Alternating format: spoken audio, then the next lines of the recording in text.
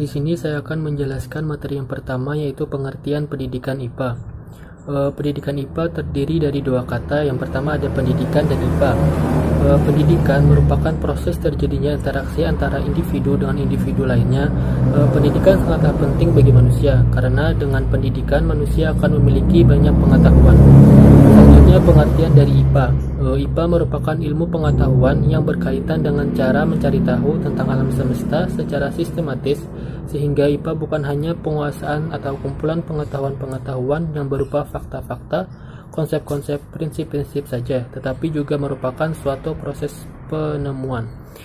Samatowo pada tahun 2006 mengemukakan pendapat mengenai IPA, yaitu ilmu yang membahas tentang gejala-gejala alam yang disusun secara sistematis yang didasarkan pada hasil percobaan dan pengamatan yang dilakukan oleh manusia. Pendapat lain dari Sujana mengenai IPA adalah IPA atau sains merupakan bagian dari ilmu pengetahuan yang mempelajari mengenai alam semesta dan isinya.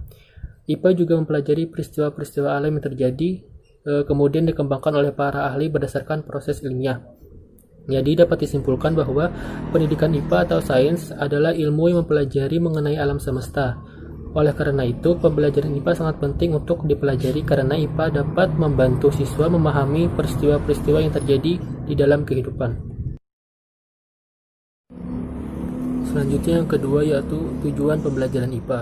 Tujuan IPA menurut KTSP tahun 2006 dalam Sujana tahun 2013 halaman 32 adalah yang pertama yaitu untuk memperoleh keyakinan terhadap Tuhan Yang Maha Esa berdasarkan keberadaan, keindahan, serta keteraturan alam. Yang kedua, mengembangkan pengetahuan akan konsep-konsep IPA yang bermanfaat dan dapat diterapkan dalam kehidupan sehari-hari. Selanjutnya itu mengembangkan rasa ingin tahu, sikap positif dan kesadaran tentang adanya hubungan yang saling mempengaruhi antara IPA, lingkungan, teknologi, serta masyarakat. Selanjutnya itu mengembangkan keterampilan proses untuk melakukan penyelidikan terhadap alam sekitar, memecahkan masalah, serta memberi keputusan. Selanjutnya, meningkatkan kesadaran untuk berperan serta dalam memelihara, menjaga, serta melestarikan lingkungan alam.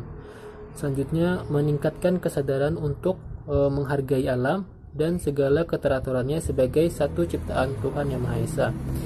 Selanjutnya yang terakhir yaitu memperoleh bekal pengetahuan konsep keterampilan IPA sebagai dasar untuk melanjutkan pendidikan ke jenjang SMP atau madrasah tsanawiyah. Jadi dapat disimpulkan bahwa tujuan dari pendidikan IPA yaitu mengembangkan keterampilan dan juga potensi yang dimiliki siswa dalam mengenai alam semesta dan isinya, dan juga peristiwa-peristiwa alam yang terjadi. Dalam jenjang pendidikan SD, keterampilan dan potensi mengenai pembelajaran ilmu pengetahuan alam atau IPA ini hanya diperkenalkan untuk dasar-dasarnya saja.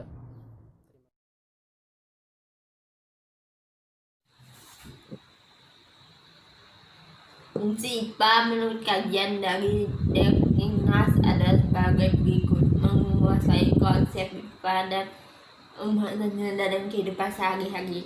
B. Mengembangkan keterampilan proses. C. Mengembangkan sifat ilmiah. D. Mengembangkan kesadaran tentang adanya hubungan keterkaitan yang saling mempengaruhi antara sains, teknologi dalam masyarakat. Mengembangkan kesadaran adanya keturunan alam.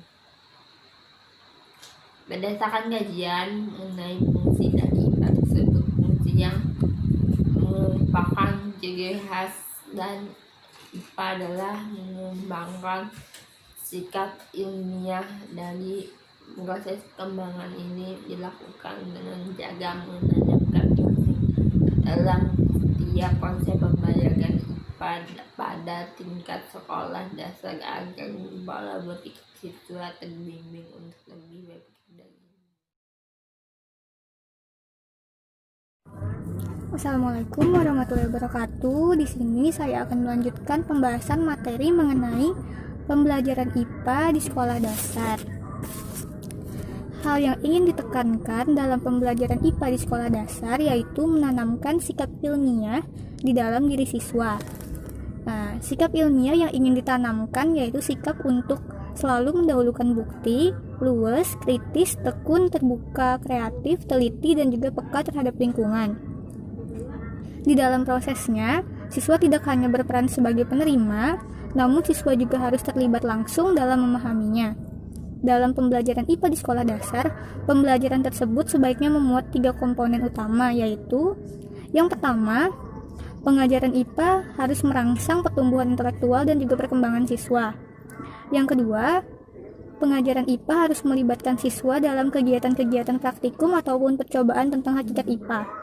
Yang ketiga, pembelajaran IPA di SD harus mendorong dan juga merangsang terbentuknya sikap ilmiah, mengembangkan kemampuan penggunaan keterampilan IPA, menguasai pola dasar pengetahuan IPA, dan juga merangsang tumbuhnya sikap berpikir kritis dan juga rasional. Materi pembelajaran IPA di sekolah dasar pada umumnya bersifat ringan dan juga mendasar. Ruang lingkup pembelajaran IPA di sekolah dasar yaitu yang pertama mempelajari mengenai makhluk hidup dan juga proses kehidupannya. Di situ meliputi manusia, tumbuhan, dan juga hewan. Yang kedua, mempelajari mengenai materi, sifat-sifat, dan juga kegunaannya, seperti air, tanah, dan udara. Yang ketiga, mempelajari tentang listrik, magnet, tata surya, cahaya, bunyi, dan juga yang lainnya. Yang keempat, ada mempelajari tentang kesehatan, makanan, dan juga penyakit. Yang kelima, yang terakhir, itu mempelajari mengenai sumber daya alam, kegunaan, serta pelestariannya.